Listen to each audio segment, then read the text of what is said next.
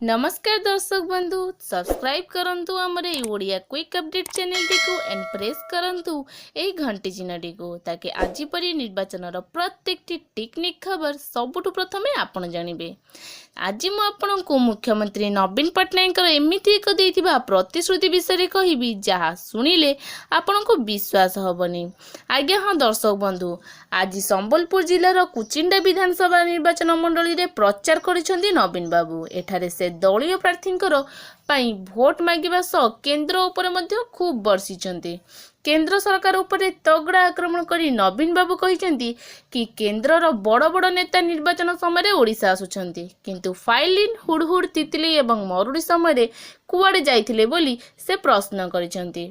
धानर MSP कुआडे गला, महानदी पानी काहेकि बंद कले, अनुसूचित जाति एवं जनजाति पिलांको छात्रवृत्ति को काहेकि बंद कले बोली प्रश्न करने सह यार जवाब भोट रे देबाकू ओडिशावासी को आह्वान देइछंती मुख्यमंत्री नवीन पट्टनायक। कालिया योजना को मध्य बंद करने को बीजेपी सरकार चक्रांत करिछि।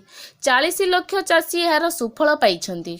मु थिबा पर्यंत कालिया को केही बंद करि परिबे नाही बोली दमभक्ति प्रकाश करने सह बीजेडी पुनर्बार सरकार गठन करिवार प्रथम दिन रे ही कालियार 2टी किस्तीर टंका चाषी को दिया जीव कही भोटर को आकर्षित करने को प्रयास मध्य करिछंती।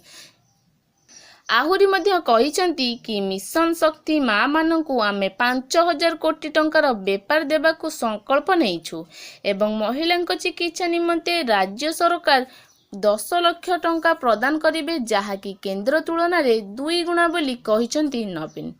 4.5 कोटी ओडिशावासी मोर परिवार, मोर शेष निश्वास पर्यंत राज्यवासी सेवा करी। आपण माने मते आशीर्वाद करंतु, शंख चिन्ह रे भोट दियंतु बोली कही दलीय प्रार्थी भोट मागिछंती बीजेडी सुप्रीम नवीन पट्टनायक।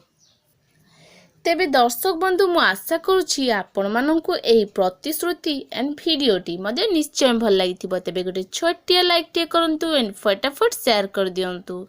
तेबे मु पुणी देखा हबा आपण सो नेक्स्ट वीडियो रे। से पर्यंत रहउछि, नमस्कार।